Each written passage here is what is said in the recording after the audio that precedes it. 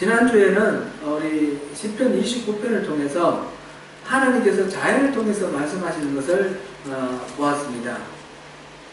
휘몰아치는 비바람과 또 땅을 흔드는 천둥 소리, 번뜩이는 그 번개, 이런 것들을 통해서 흔히 자연에 대해서 두려움을 느끼는데, 시인 다윗은 두려움을 느끼는 것이 아니라 그 속에서 하나님의 소리, 여호와의 소리를 들었다 했습니다. 그리고 흔들리는 땅, 또 바람에 요동치는 그 나무들을 바라보면서 하나님을 찬양하다, 여호와께 영광, 이렇게 영광을 돌리며 찬양하는 모습이라고 말하고 자기도 같이 찬양하는 그런 시를 지었음을 보았습니다.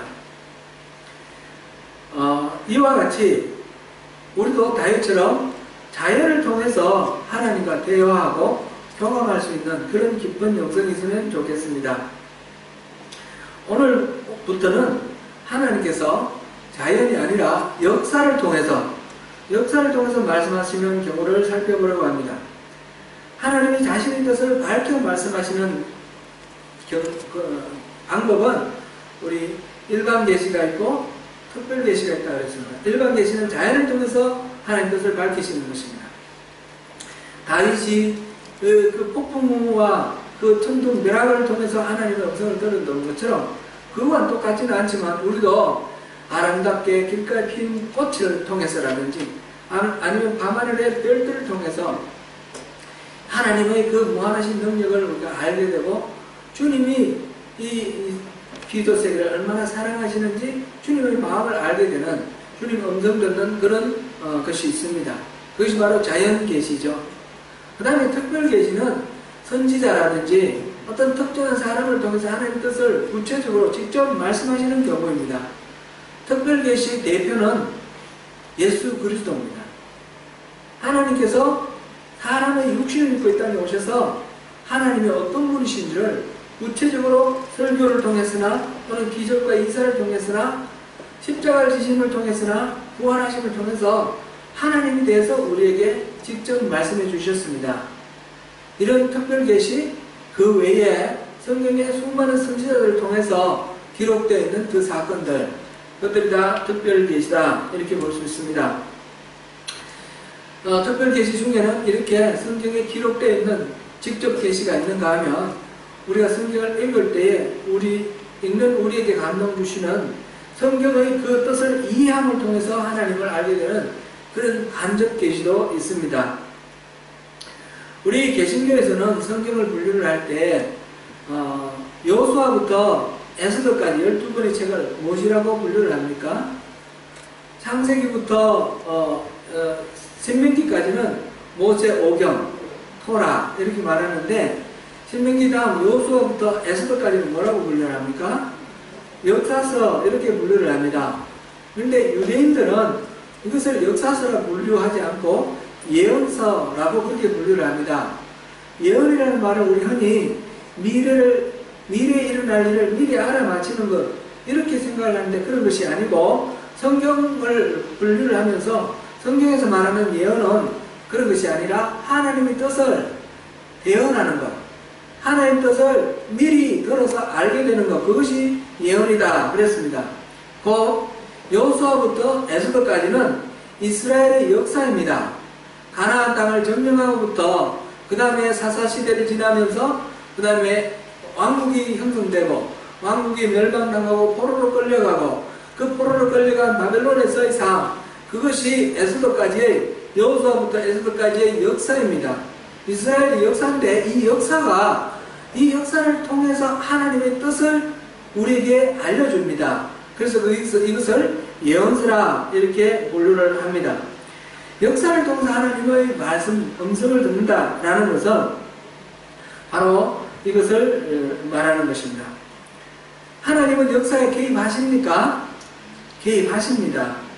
하나님은 우주를 만드신 후 원활하게 잘 돌아가게 해놓고 그냥 가만히 계신다라고 믿는 사람들도 있습니다. 이거는 이신론이라고 합니다.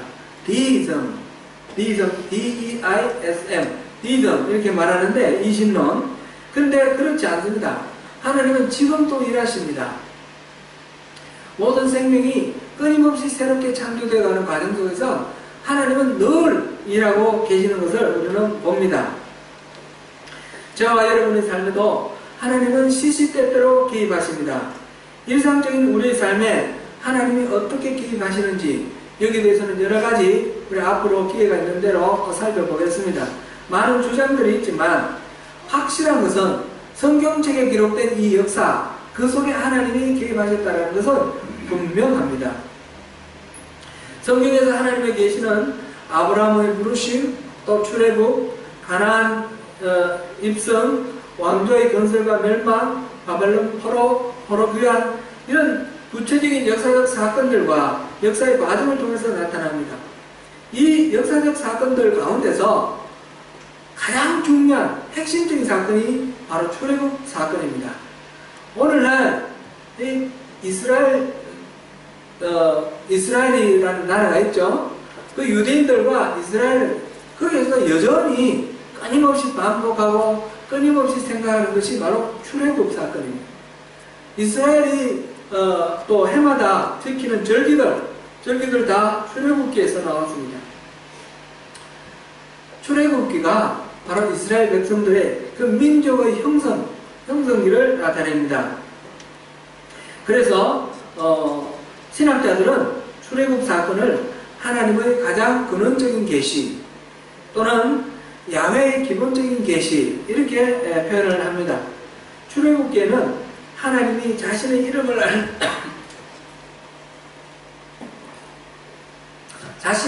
알려주셨고 이 세상을 구원하시려고 하시는 하나님 자신의 의지와 방법을 알려주셨습니다.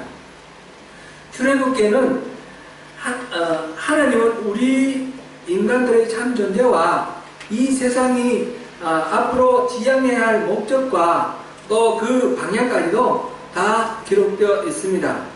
따라서 출애굽기를 알면 우리 인생의 비밀을 알게 되고 세계가 구원받을 길을 알게 됩니다. 우리 같이 이 복잡한 게 잘 못하는데 한번 해보시죠.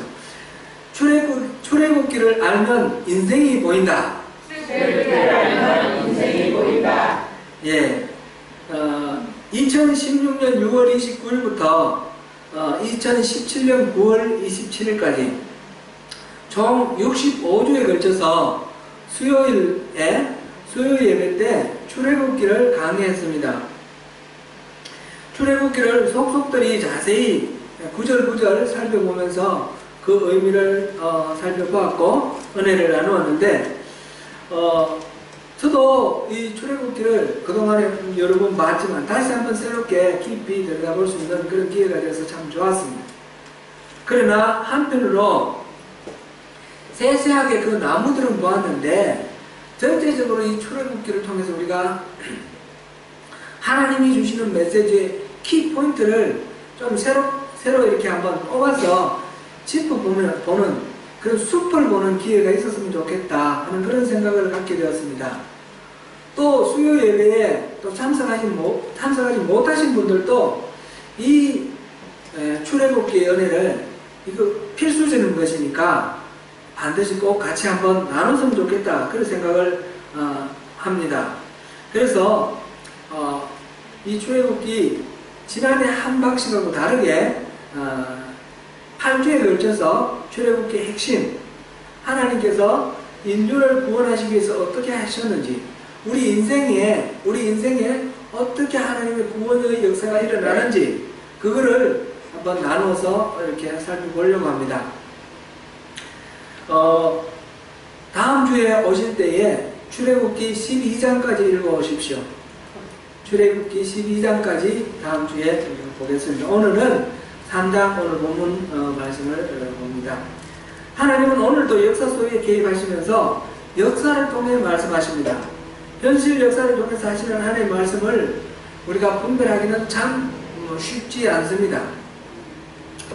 성경 속의 역사를 통해 말씀하시는 하나님의 속마음을 알게 되면 우리 현실 속의 역사 속에서 말씀하시는 하나님의 음성도 우리가 잘 알아듣게 됩니다.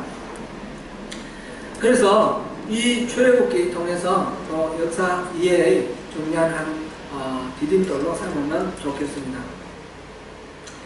오늘 본문 2절에 우리 출애굽기 3장 7절 8절을 읽었는데 7절 8절을 우리 다시 한번 읽어보면서 여기에서 동사, 서술어로 쓰이는 동사가 뭐가 있는지 한번 살펴보겠습니다.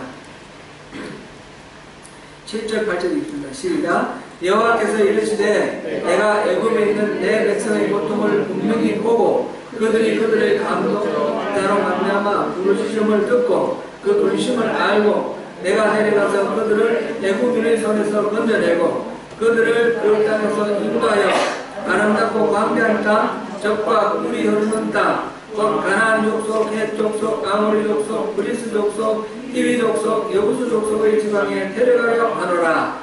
아멘. 동사가 어떤 게 있습니까? 보고, 듣고, 알고, 내려가서 건져내고, 인도하여 데려가려 하노라. 이렇게 7개의 단어가 동사가 나옵니다. 영어 번역에 보니까 다 동사로 되어 있지 않고 일부는 분사로, 투부정사로 이렇게 되어 있는데 하여튼 하나님이 하시고자 하시는 것이 7가지로 이렇게 동사로 나와 있습니다. 첫 번째는 1장 이 7가지의 동사가 바로 출애굽기 전체를 커버합니다. 첫 번째 보고, 듣고, 알고 이 3가지 동사는 1절 출애굽 1장, 2장 1장, 2장에 나오는 내용을 커버합니다. 하나님이 택하신 백성의 형편과 처지를 다 보고 그들의 부르짖음을 들어서 그들의 고통을 알고 계신다라고 말씀하십니다. 그 다음에 동사가 내려가서인데 이거 내려가서는 3장부터 11장의 내용에 해당됩니다. 하나님이 직접 이 땅으로 내려오셨습니다. 그리고 하나님의 일을 수행할 하나님의 사람 모세를 부르셨습니다. 바로와 대결을 하면서 10가지 재앙을 이렇게 일으키는데 모세가 행하는 것이 아니라 하나님이 그 자리에서 그 일을 행하시는 것을 우리가 압니다. 하나님이 내려오셨습니다. 그 10가지를 통해서 이집트 사람들이 신으로 섬기고 있는 모든 것들을 이렇게 격파를 하십니다. 그래서 신은 하나님 한 분뿐이라는 것을 입증해 보여주셨습니다. 그 다음에 건져내고라는 것은 12장은 바로 그 10가지 재앙 중에 마지막 6월절을 제정하는 그 사건입니다. 하나님께서 어린 양을 대속제물로 받으시고 이스라엘을 구원하시는 사건입니다. 그 다음에 인도하여는 12장부터 출애굽 시작을 하는 거죠. 그 다음에 14장에 홍해를 건너고 그 다음에 신광야부터 시작해서 시내산까지 이렇게 쭉 나가는 그 과정, 그것을 인도하여라고 24장까지 그 사이에 십계명도 주고 24장의 마지막으로 하나님과 이스라엘 백성들이 언약을 체결하는 시내산 언약 체결하는 그런 장면이 나옵니다. 그렇게 인도하시는 하나님의 그 역사가 기록되어 있습니다. 그 다음에 25장부터 40장 마지막까지는 데려가시는 것입니다. 거기서 하나님께서 데려가시려고 하시는 궁극적인 종착지는 19장 4절에서 뭐라고 했죠? 우리 여러 번 봤는데 가나안 땅이 아니라 하나님 자신이라고 했습니다. 그죠? 하나님 자신에게로 내려가는 그 한 방편으로 가나안 땅에 내려가십니다. 그 성막을 짓는 장면이 지금 25장부터 40장까지 나오는 것입니다. 중간에 그 황금성가지를 만드는 장면이 나오는데 그냥 보면 이스라엘 사람들은 하나님으로부터 멀어지게 되어 있습니다. 그래서 하나님께서 이스라엘 진 한가운데 머나먼 하늘 끝이 아니라 이 땅 위에 그리고 사람들이 살고 있는 이 공동체 한가운데 성막을 짓고 그곳에서 하나님이 이름을 두시고 거하시겠다 하셨습니다. 바로 그곳에서 이스라엘 백성들이 하나님을 만나게 하셨습니다. 그래서 하나님이 이끄시는 대로 그렇게 살아가는 인생, 그렇게 인도하시는 장면이 바로 25장부터 40장까지 이야기가 이렇게 볼 수 있습니다. 참고로 살펴보면 창세기는 출애굽기를 위한 배경사다 이렇게 볼 수 있습니다. 아브라함을 선택하시고 아브라함의 자손 중에 야곱의 아들 12아들 중에 요셉이 있어서 요셉이 가서 이제 형제들의 시기를 받아서 노예를 팔려갔는데 팔려가는 곳에서 하나님 늘 함께 하셔서 그가 이집트의 총리 대신이 되었습니다.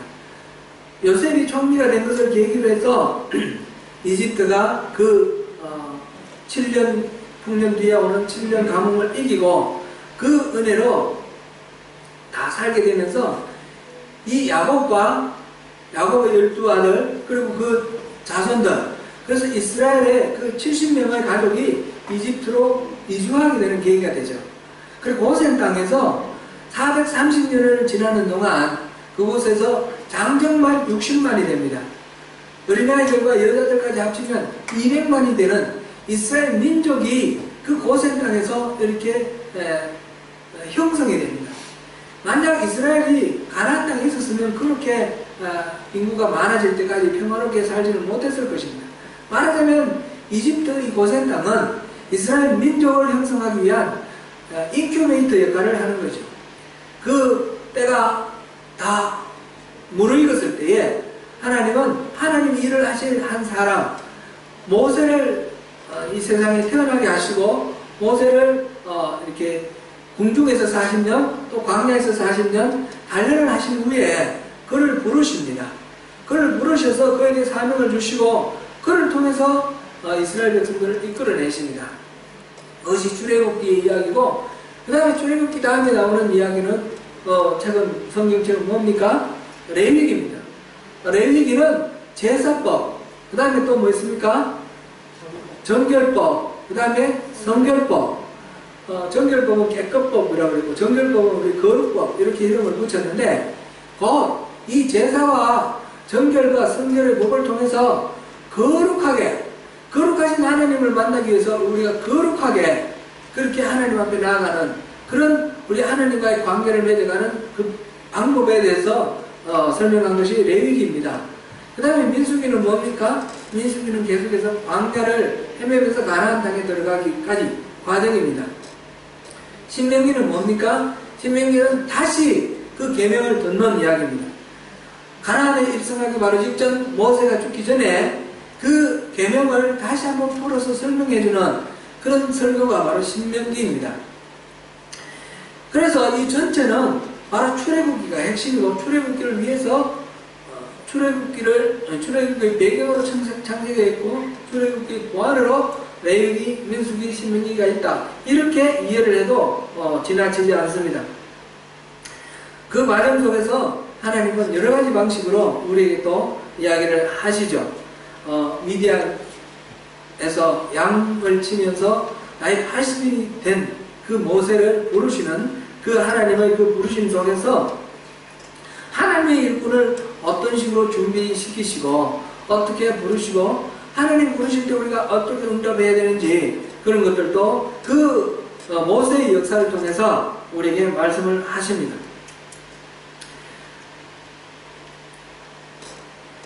하나님은 이 인류를 구원하는 그 역사를 시작하시면서 맨 먼저 우리에게 일깨워 주시는 것이 바로 오늘 본문 읽은 7절입니다.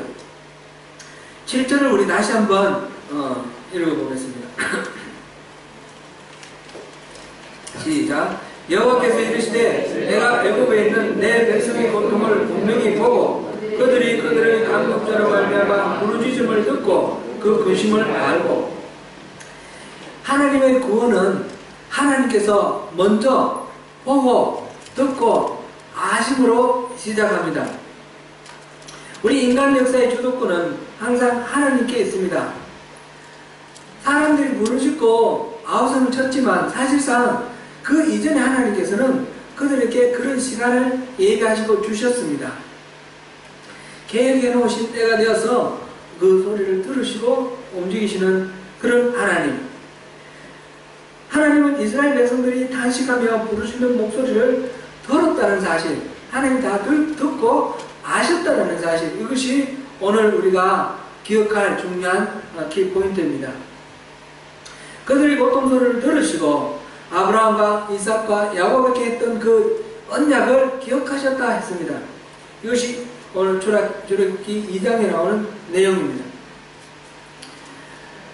그리고 하나님은 내려가셨습니다. 모세를 보내서 말씀을 전하게 하시고 그 말씀에 거역하는 바로와 대결을 합니다. 바로에게 피, 개구리, 이, 파리, 또 돌림병, 악성종기, 우박, 메뚜기, 허감, 그리고 첫 아들, 장자, 짐승들에게도 첫 태생, 초태생 모두 다 죽는 그런 것을 통해서 바로를 굴복시키시고 이스라엘을 구출하셨습니다. 하나님이 들으시고 보셨고 아셨다라는 것이 이 모든 구원 사역의 출발점입니다.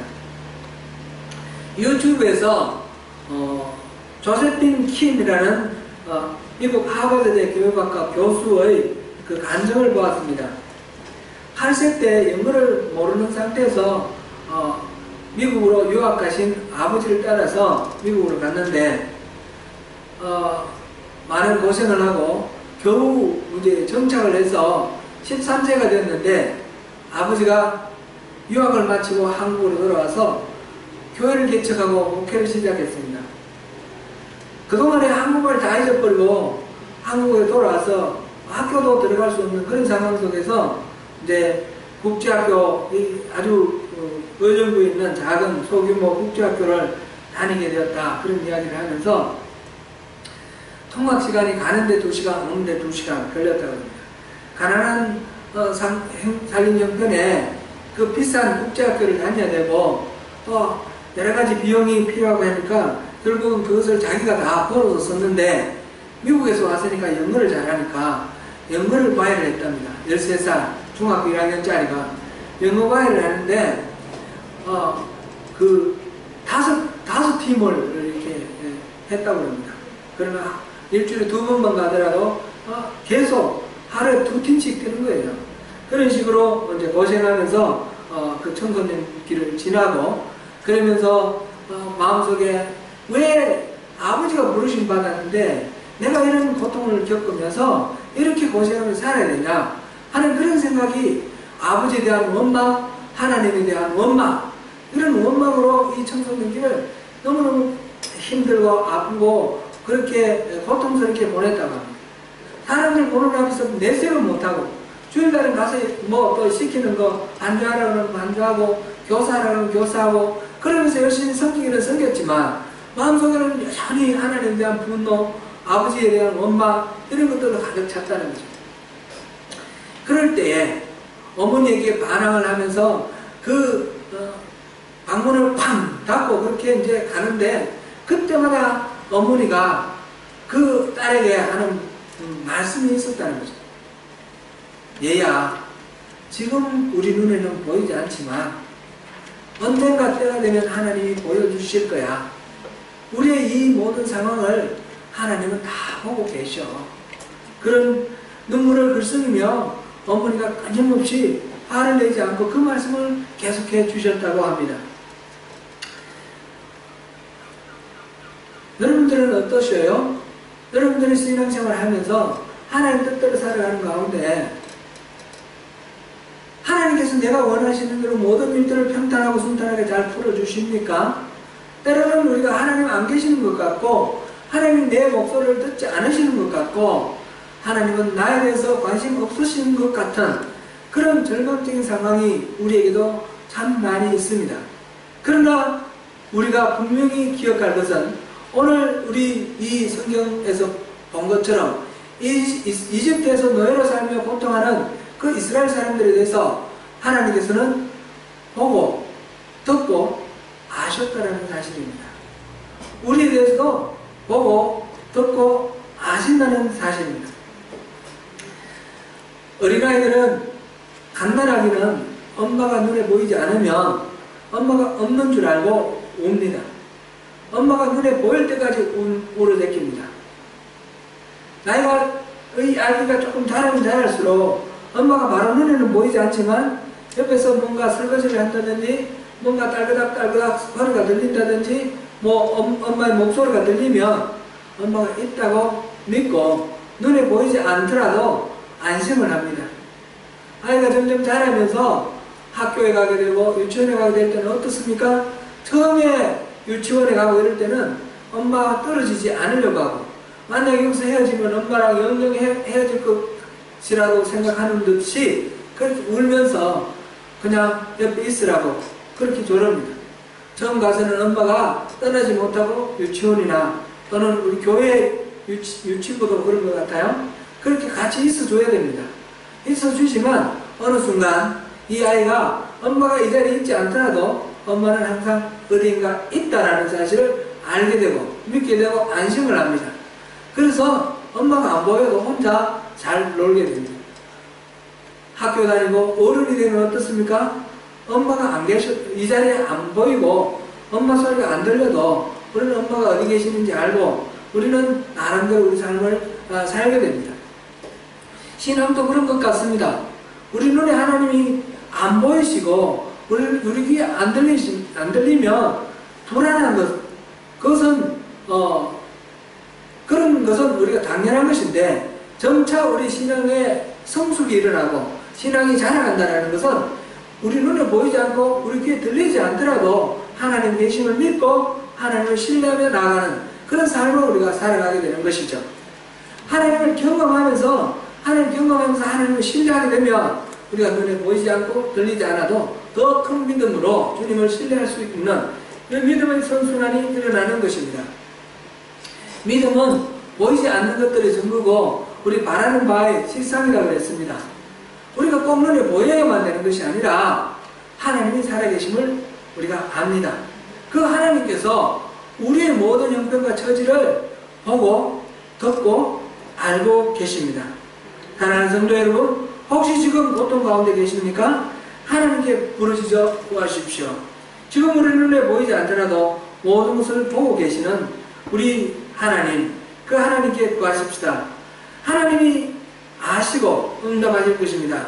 하나님이 내려오셔서 우리 인생 속에 개입하셔서 인도하시고 이끌어 가실 것입니다. 하나님의 구원 계획을 이루시기 위해서 하나님은 모든 은혜를 예비하시고 공급하십니다. 다시 말씀드리지만 은혜입니다. 우리가 자격이 있어서가 아니라 하나님께서 우리를 사랑하시기 때문에 하나님이 일방적으로 우리에게 어떤 대가도 요구하지 않고 어떤 자격도 요구하지 않으시고 우리에게 은혜를 베풀어 주십니다. 베드로전서 5장 10절 말씀을 우리가 한번 보겠습니다.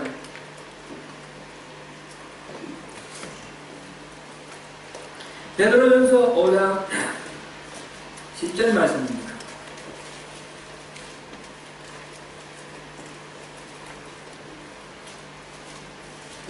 시작. 모든 은혜의 하나님 곧 그리스도 안에서 너희를 부르사 자기의 영원한 영광에 들어가게 하신 이가 잠깐 고난을 당한 너희를 친히 온전하게 하시며 굳건하게 하시며 강하게 하시며 서로를 견고하게 하시리라. 아멘. 이 말씀은 우리 신앙의 중요한 원리를 아주 핵심적으로 우리에게 가르쳐주는 그런 말씀입니다. 여기서 모든 은혜라고 했습니다. 모든 은혜. 우리를 지으신 것도 은혜시고 우리를 부르신 것도 은혜시고 우리를 교회에서 만나게 하신 것도 은혜시고 섬기게 하신 것도 은혜입니다. 박정호 그 가수가 부른 하나님의 은혜, 우리 지난주에도 우리 불렀는데 모든 것이 하나님의 은혜입니다. 여기서 모든 은혜라고 부른 것은 우리가 누리는 모든 좋은 것은 다 하나님이 주신 은혜라는 그런 의미입니다. 하나님이 우리에게 모든 좋은 것으로 은혜를 베풀어 주십니다. 우리가 심장이 뛰는 것, 우리가 호흡하는 것, 이것조차도 다 우리가 하는 것이 아닙니다. 하나님이 하게 해주시는 것입니다. 우리 인생은 하나님의 은혜로부터 시작합니다. 그리고 우리 신앙이 바로 하나님의 은혜로부터 시작하는 것입니다. 우리 신앙의 종착지는 뭡니까? 하나님의 그 영광에 참여하는 것입니다. 여기 보니까 모든 은혜의 하나님 곧 그리스도 안에서 너희를 부르사 자기의 영원한 영광에 들어가게 하시니, 하나님을 설명하면서 그리스도 안에서 우리를 부르셨고 하나님 자신의 영원한 영광에 우리를 들어가게 하셨다는 것입니다. 이때 이미 들어간 것은 아니고요, 미래에 들어갈 것입니다. 그런데 들어가게 하셨다는 것입니다. 방향 설정해놓고 이미 그 일을 이루어 놓으셨다는 것입니다. 하나님이 우리를 부르신 목적이 바로 우리가 그리스도 예수 안에서 하나님의 영광에 들어가는 것입니다. 그래서 우리 인생의 출발점은 은혜이고 우리 인생의 종착점, 하나님이 우리를 창조하신 목적지, 그 목적지는 바로 하나님의 영광입니다. 이 은혜에서 출발해서 영광에 도달하는 그 중간이 뭡니까? 그 중간이 우리 인생인데 그 중간을 여기서 뭐라고 했습니까? 고난이라 그랬습니다. 잠깐 고난을 당한 너희를 친히 온전하게 하시며 굳건하게 하시며 강하게 하시며 털을 견고하게 하시라. 이 고난을 통해서 우리를 또 온전하고 강하고 단단하게 만들어서 완전한 그런 하나님의 사람으로 작품을 만들어 가신다는 것입니다. 은혜에 출발해서 영광에 이르는 가운데 그 과정, 우리 인생의 과정은 고난이라는 사실을 우리가 주목해야 됩니다. 이 고난을 우리가 잘못 이해를 하면 우리 참 하나님께서 주실 그 영광에까지 도달하기 위해서 이 땅에서 이를 악물고 그 고난을 참아야지, 그러면서 너무 고통스럽고 너무너무 힘들고 억지로 살아가는 그런 인생으로 생각할 수도 있는데 그런 의미는 아닙니다. 이 고난은 우리가 혼자 그 감당하고 이겨내야 될 그런 고난이 아닙니다. 하나님이 은혜를 주셨는데, 은혜로 출발하셨는데 우리가 그 고난을 거쳐가는 모든 과정 속에서 은혜로 함께 하십니다. 이것이 이 고난의 과정이 출애굽기에 잘 기록되어 있는데 출애굽기를 보면 우리가 분명히 알 수 있습니다. 그 광야 40년 동안 기간이 바로 우리 인생의 고난 기간이라고 이렇게 말하자면 비유로 이렇게 그림 언어로 출애굽기를 주신 것인데 그 과정 속에서 하나님은 잠시도 눈을 떼지 아니하시고 이스라엘을 바라보셨고 이스라엘과 함께 하셨습니다. 늘 구름 기둥 불 기둥으로 그들 가운데 계셨고 떠나야 할 때 떠나고 멈춰야 될 때 멈추는 것으로 그들을 인도하셨습니다. 매일매일 만나를 주셨습니다. 목이 마를 때는 물을 주셨고 고기 먹고 싶을 때는 고기를 주셨습니다. 40년 광야 생활 동안 옷이 해지 않았고 신발이 닳지 않았습니다. 그렇게 모든 것들을 다 공급해 주시고 주님 은혜 안에서 살아가면 그 고난의 과정이 통과되도록 그렇게 프로그램 해놓으시고 우리와 함께 하시는 분이 바로 우리 하나님이신 것입니다. 그러니까 이 고난에 대해서 우리가 오해할 필요가 없습니다. 이 고난을 어떻게 슬기롭게 잘 통과를 해서 고난을 끝나서는 안 되지 않겠습니까? 고난이 우리를 더욱 단단하게 하고 완전하게 하고